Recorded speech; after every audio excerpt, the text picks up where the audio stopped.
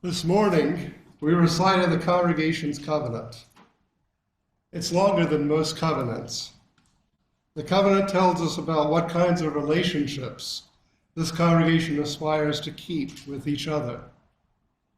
It speaks about welcoming the visitor, communicating with kindness and respect, how we will respond to conflict, our levels of commitment, and supporting each other. This is not really the congregation's covenant in terms of being a founding or uniting statement. The congregation's purpose statement in the church's bylaws covers that. It was written probably in the 1950s or early 1960s because it uses language that was only used by Unitarians during that time.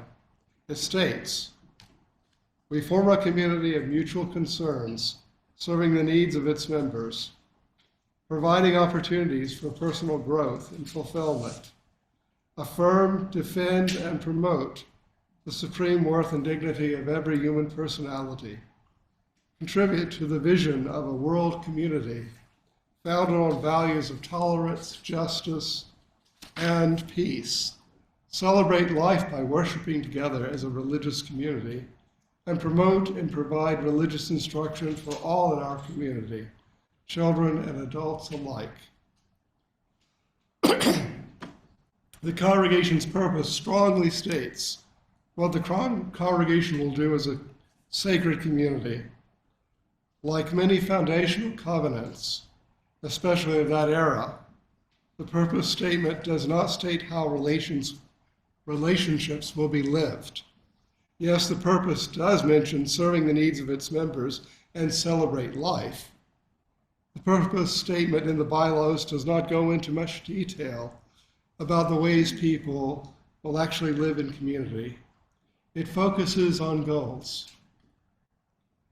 About 15 years ago, recognizing the need to give structure to the values that the congregation wanted to hold in its relationships, the church developed the covenant, which is actually more specifically a behavioral covenant. A behavioral covenant describes how people will act in sacred relationships, as your covenant states. Your covenant addresses welcoming and acceptance, communicating with kindness and respect, participation in the church community with generosity and good humor, working together to resolve conflict, and supporting each other in times of happiness and sorrow. It ends by stating, "We empower one another to remind us when our actions fall short of our ideals."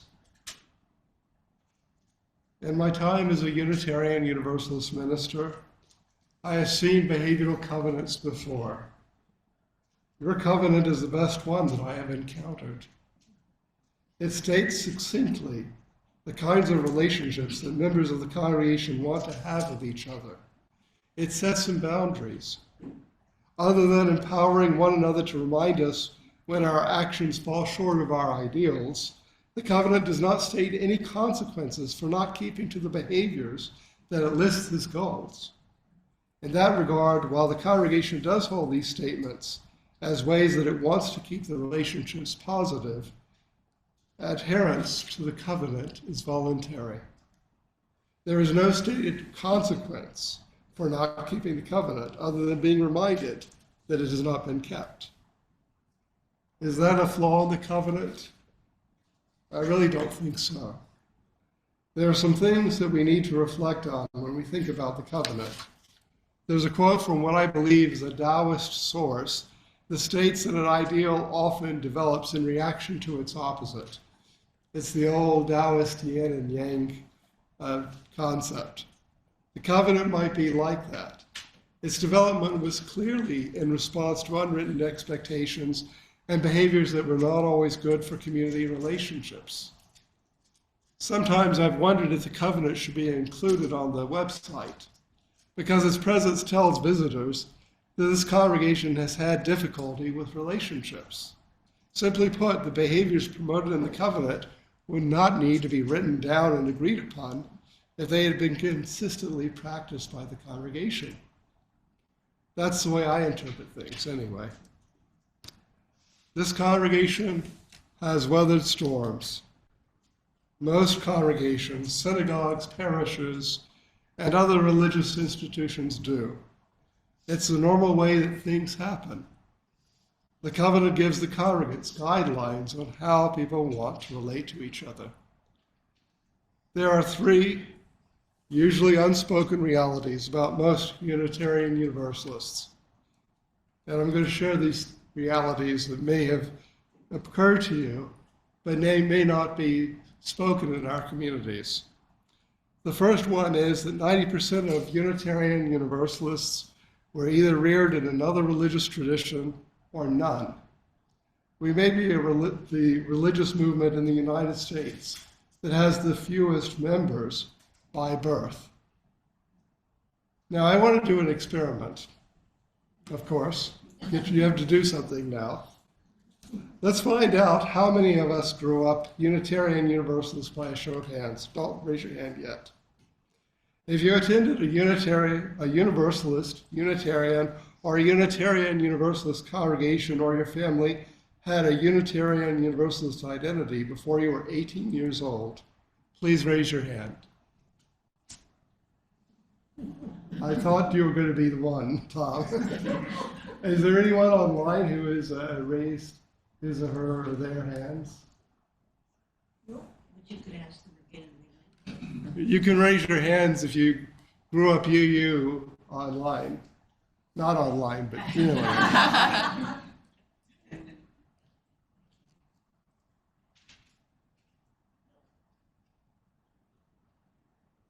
So if we were in New England, and some of the congregations I served in New England, that number would have been people who remember had grown up Unitarian Universalist. In one of the churches I served, it would have been 80% of the members. Wow. That's unusual, but that's New England. For those, this means that very few of us know how to live in a Unitarian Universalist church like this one.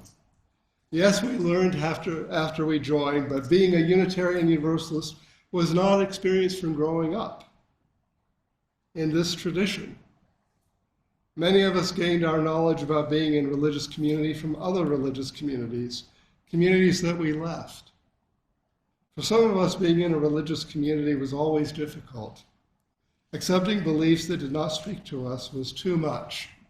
Authority in the religious community might have been an issue. Perhaps the religious community did not pursue social justice or did not pursue it in the ways that we wanted to go. The point is that each of us, except for Tom, comes to a Unitarian Universalist congregation from different places. Being in a church like this one is or was a new experience. Our parents did not model for us how to be Unitarian Universalists in a Unitarian Universalist church. There were no lines of stability, no lines of this is how we behave, this is what we do. We are a community making our codes of behavior as we go. Behaving positively as Unitarian Universalists was not transmitted to us when we were younger. We are all still learning and growing, even if we've been members of Unitarian Universalist communities for a long time. Living the covenant provides us with a way of living with each other in community, which our personal spiritual histories does not provide. We cannot appeal to practice that we witnessed in faith community growing up. That might not reflect what it means to be a Unitarian Universalist. Living in covenant establishes who we want to be with each other. The second point about living in covenant is that we are a community of nonconformists. We are people who have joined together not because we agreed upon matters of ultimate concern. We are a people who are willing to disagree with others. People in other faiths do not understand how our congregations hold together without uniformity on most religious matters. And I've had conversations with clergy people from other faiths, and they say, well, how do these people bind together as a church? Many Unitarian Universalists have strong personalities, that have been cultivated over the course of a lifetime. I'm saying many, but I mean all of you. For some of us, we had to believe differently from everyone we knew. We learned to pass in religious institutions to which we were taken. We may have sought justice in families that held on to prejudice and inequality. We may have had to struggle for our own right to be acknowledged. And that goes with a lot of different qualifications. We may have had to bear alienation for being different. Because we resisted conformity, we had to bolster the strength of our egos to follow our own path. We had to say, this is not what I believe. I will find my own way. Nonconformity means that we are resistant to following the expectations of others. Now, the covenant obviously is about expectations. There are a few threats to our independence, but very few in a Unitarian Universalist congregation. The minister has only the authority given by the congregation. Congregations only eject members under the most extreme circumstances. Members are often very different from most church folk. We can be different and welcome it into community. In my journey as a Unitarian Universalist, I found that the Unitarian Universalist church that I joined was the community in which I could be more accepted for myself than any other to which I had ever belonged. And that included my family of origin. It seemed that there were no limits to self-realization and connection. I wondered what I could do to offend the congregation that I had just joined. What were the limits? Living in covenant does not prevent nonconformity. Living in covenant means following the guidelines that members have decided they want to live with each other. It means that we try to treat each other the way that we wish to be treated. The golden rule applies. In the freedom that exists within Unitarian Universalism, we may not have many boundaries, but we need the pattern that the covenant provides for the strong personalities who work the journey together. The last point is vulnerability. One definition of vulnerability is significant. Vulnerability is being susceptible to physical or emotional attack or harm. In a Unitarian Universalist church, you shouldn't be worried too much about being physically attacked. But emotional harm can happen with us, and it's something that happens. Vulnerability is not something that we talk about in our culture, although the writings of Brené Brown have shed light upon the subject. Emotional vulnerability is not something that we talk about much. It can mean that one is open to harm. We are taught in American culture that being vulnerable is a bad thing. We need to keep up a front to prevent any emotional attack from affecting us. We have to be aware of our shell at work, not taking things personally. Let the hostility of others slide off us as their problem, not ours. Children and persons who have mental illness or who are developmentally disabled may be more vulnerable than others to emotional harm. Vulnerability is not something I suspect that most of us feel often. There are two kinds of relationships in which we make ourselves emotionally vulnerable intentionally. In relationships with a significant other, one makes oneself vulnerable. One risks letting another person experience oneself in ways that no one else can. One risks emotional harm with intimacy. The only way to create a deeper love, though, is to reveal oneself to the other, building a greater relationship over time. Another form of vulnerability is the act of parenting. Sometimes harsh words are said to a parent. I know that personally. And we have to respond with love, saying, I hear what you're saying, and I still love you.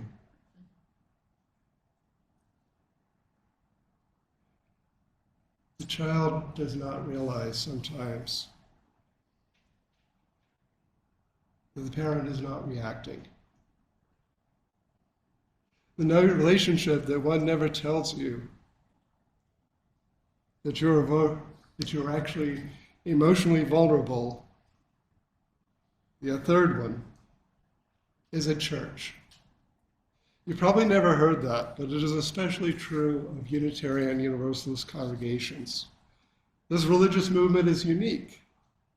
It takes in people who might not fit in at any other religious community and gives them space to be who they are with their skepticism, non-dominant culture beliefs, hope for a world that is caring, and a willingness to advocate for a freer, kinder civilization. It makes a space for those who would not find religious community anywhere else. It offers a vision of a world that affirms difference, diversity. It helps us find meaning. So why are we sometimes emotionally vulnerable in a Unitarian Universalist church? Maybe it's because we have such high expectations of what a church can be like. Unitarian Universalist churches are places where we find a spiritual intimacy, where we can be different people from the ones we are in our neighborhood, at work, at school, or even in our families of origin. Unitarian Universalist congregations provide a safe space for many of us. We can be around people who are not troubled by our differences. We perhaps are around people who know some things about us, that others do not know. We share more of our spiritual selves in community than we do anywhere else. We have fewer hard boundaries than other communities, other relationships. We expect Unitarian Universalists to be just right, never to speak a harsh word. We imagine that people who hold such high ideals will be friendly, kind, respectful, committed, without conflict, and supportive. For the most part, that describes more than 99% of our interactions. However, if you're a member of a Unitarian Universalist church, or in a committed relationship, or are a parent, you will sometimes experience emotional pain. That's the reality of intimate relationships, even when the relationship is not abusive. That's the reality of love over the long haul. And the only thing worse than occasional pain from those relationships is never having risked the possibility of love at all. As C.S. Lewis wrote, to love at all is to be vulnerable. Love anything and your heart will be wrung and possibly broken. If you want to keep it intact, you must give it to no one, not even an animal. Wrap it carefully round with hobbies and little luxuries. Avoid all entanglements. Lock it up safe in the casket or coffin of your selfishness. But in that casket, safe, dark, motionless, airless, it will change. It will not be broken. It will become unbreakable, impenetrable, irredeemable. This congregation's covenant is a statement to the love and care that is present here. Living the covenant is not easy. In any relationship, there is vulnerability. It is likely that if you're committed to this congregation long enough, you might be reminded when your actions fall short of the covenant's ideas. There's no shame in that. At least two of you have pointed out that I have not been perfect with the covenant's ideals as well. Every now and then, most of us need to be told how our behavior affects others. Take that as a learning experience, a time to rethink things, a time to make amends for hurting someone.